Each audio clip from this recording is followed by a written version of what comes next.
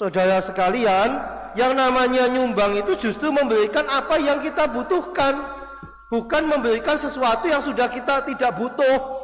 Nek nyumbang kok sing ora dibutuhna, jenenge bukan nyumbang, buang sampah. Lihat saja, ada bencana tanah longsor itu sering kali saya katakan, ibu-ibu WK bingung.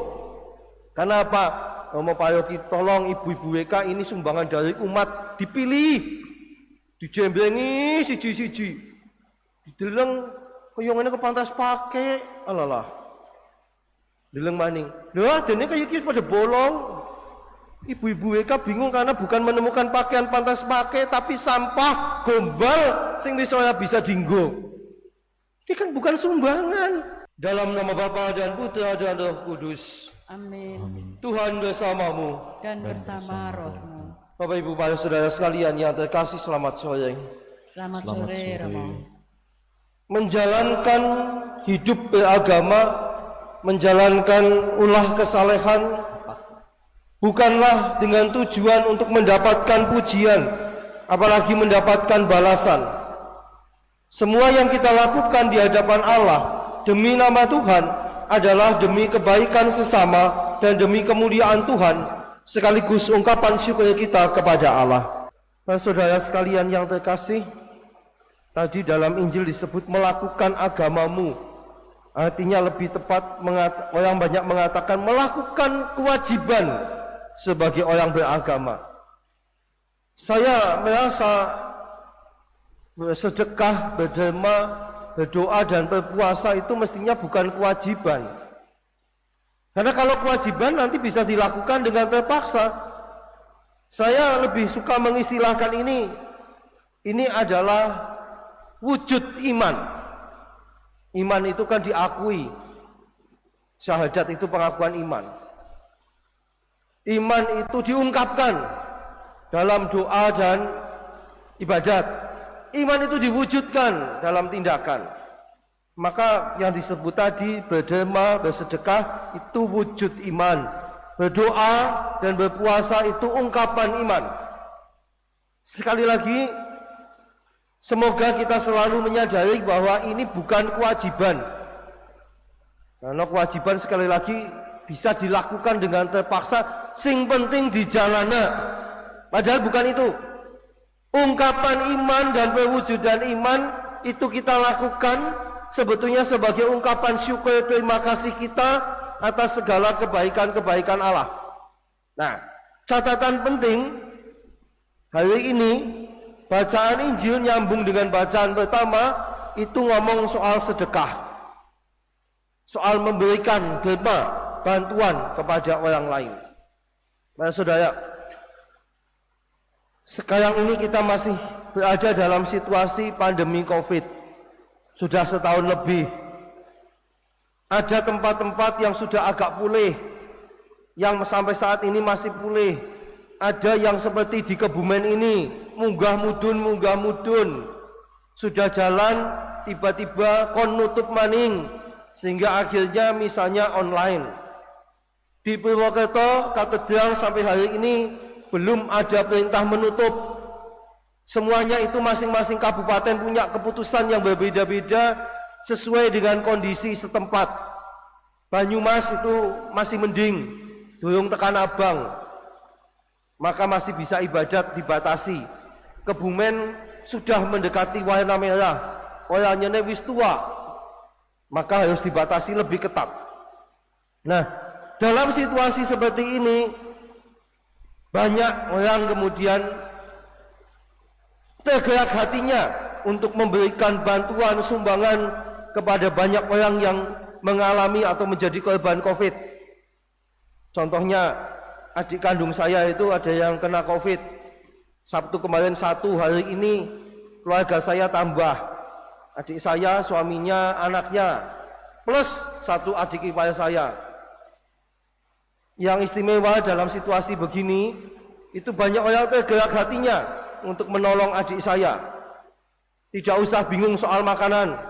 Selain dijatah dari Koramil, rumah adik saya itu seberangan dengan Koramil persis.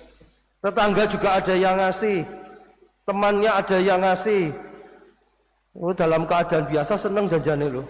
Panganane akeh. Tapi dalam situasi Covid walaupun disandingi panganan akeh ya tetap susah. Tetapi ini adalah gambaran bahwa banyak saudara-saudara kita yang tergerak hatinya menolong mereka yang membutuhkan. Bacaan pertama mengingatkan itu kepada kita. Supaya kalau kita berbuat baik, kalau kita memberikan derma sumbangan, yo sing ikhlas.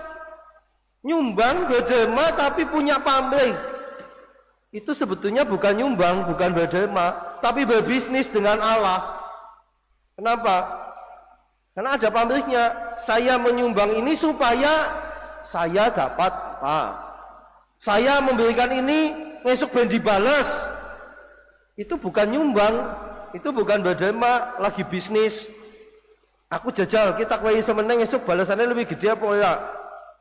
Ya maaf, kadangkala di dalam kebiasaan nyumbang jagung manten itu apa sunatan, itu kan begitu.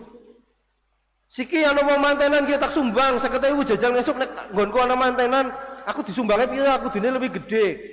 Yang diharapkan lebih gede. Bahkan ada yang punya gawe dengan harapan memberikan suguhan macam-macam dengan harapan nanti amplop sumbangannya lebih gede. Maka selesai mantenan lalu ana sing takon, "Pak, batene pira, Pak?"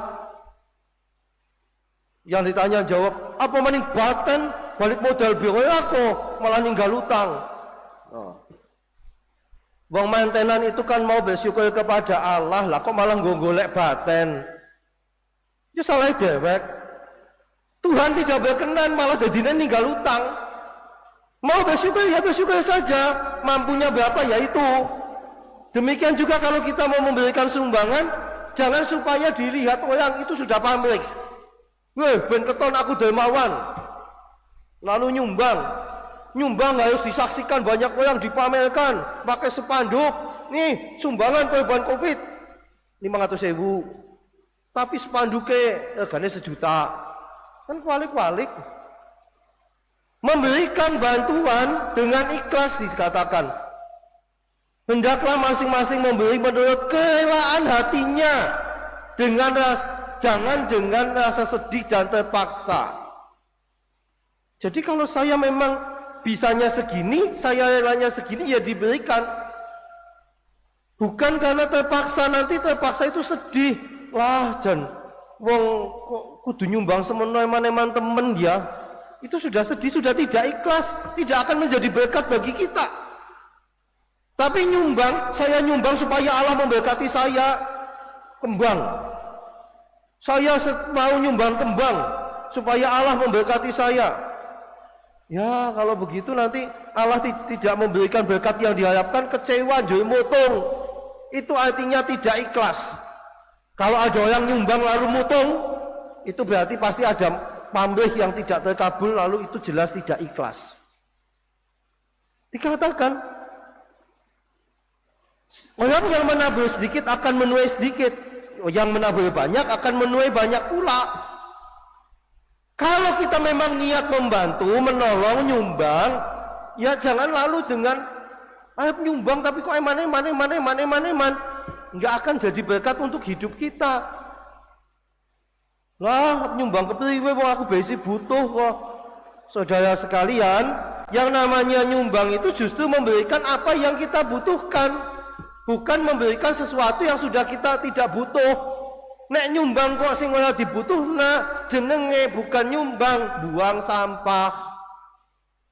Lihat saja, ada bencana tanah longsor itu sering kali saya katakan, ibu-ibu WK bingung. Kenapa? Mau Pak Yogi tolong ibu-ibu WK ini sumbangan dari umat, dipilih, dijemblengi siji-siji, dideleng.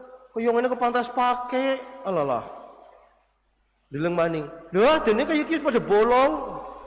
Ibu-ibu WK bingung karena bukan menemukan pakaian pantas pakai, tapi sampah gombal sing bisa dinggo. Ini kan bukan sumbangan. Apakah yang nyumbang mau dikon nganggo maaf pakaian dalam sing wis melayu, celana dalam sing wis melayu gede banget? Kan nggak mau. Koyong ngono kok pantas pakai, le pantas. Sing pantas nganggo sapa?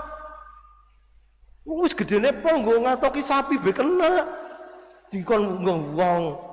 Ini bukan orang yang ikhlas. Karena merasa saya mau nyumbang tapi saya masih butuh. No. Nyumbang bukan karena sudah tidak butuh. Itu yang dikatakan oleh Santo Paulus kepada umat di Korintus. Saudara sekalian, perhatikan itu. Ada orang justru yang mengatakan begini, seberapa kayamu itu bukan dihitung berdasarkan apa yang kamu punya, yang kamu simpan di rumah, tapi seberapa banyak yang sudah kamu berikan untuk orang lain. Kenapa? Hanya orang yang merasa kaya inilah yang sebetulnya bisa membantu. Yang bisa membantu, yang mau memberikan inilah orang kaya yang sesungguhnya, karena dia mau membagikan kekayaannya walaupun sedikit. Bukan soal berapa yang disimpan, berapa yang ditabung, berapa, bukan. Kekayaan ukurannya bukan berapa yang kamu miliki, kamu simpan, tapi berapa banyak yang sudah kamu berikan untuk orang lain. Itulah kekayaan yang sesungguhnya. Itulah kekayaan yang akan menjadi jalan berkat keselamatan bagi kita. Saudara sekalian yang terkasih, di situ jelas Allah mengasihi orang yang memberi dengan sukacita, bukan dengan terpaksa, bukan dengan cemberut. Allah melimpahkan segala kasih karunia kepada kalian supaya kalian berkecukupan. Cukup, bukan berlebih. Saya merasa cukup, saya bagikan. Dan sekali lagi, tanpa pamrih. Yang kamu diberikan tangan kanan, tangan kirinya nggak usah tahu. Tapi kalau kita begini, kalau kede ya diwalik, sing diwena tangan kiwa, sing tangan aja belum. Jadi inilah keikhlasan sebetulnya. Itulah yang diharapkan Allah. Bukan menjalankan kewajiban, tapi saya berbagi, saya menyumbang, saya berderma, entah itu lewat gereja, kepada masyarakat, kepada siapapun itu, sebagai ungkapan syukurku karena aku sudah merasa dikasih oleh Allah, dan aku mau berbagi, bukan karena saya tidak butuh lagi, bukan karena saya berlebih, tapi karena saya mengungkapkan syukur saya. Maka semoga Bapak Ibu Saudara sekalian yang terkasih, kalau kita melakukan derma kita, doa kita, bahkan puasa kita, sekali lagi bukan dengan tujuan macam-macam. Tujuannya adalah untuk mengungkapkan iman kita, mewujudkan iman kita dengan mengasihi sesama, derma bagi orang lain, dan mengasihi Allah dengan ibadat doa pujian kita. Di luar itu, pamrih-pamrih yang lain justru membuat apa yang kita lakukan tidak berkenan di hadapan Allah, tidak mendatangkan berkat bagi kita, tapi justru mendatangkan hukuman dosa bagi kita, karena di situ kita bersombong-sombong. Kilo aku loh sing bisa nyumbang, kilo aku sing bisa mulai ini, kilo aku sing rajin sembahyang, aku sing rajin puasa. Kesombongan macam itu, pamrih macam itu membuat kita jatuh dalam kedosaan.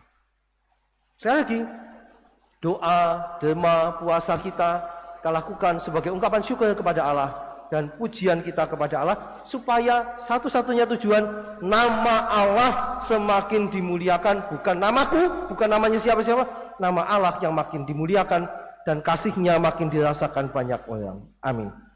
Terima kasih atas kebersamaan dan doa-doa kita pada petang ini. Kita akan menutup perayaan kita dengan mohon berkat Tuhan. Tuhan bersamamu dan bersama rohmu. Allah yang Maha Kuasa memberkati kita, keluarga kita, dan semua orang yang berkehendak baik, Bapa dan Putra dan Roh Kudus. Amin. Saudara sekalian, pergilah, perayaan Ekaristi kita sudah selesai. Syukur kepada Allah.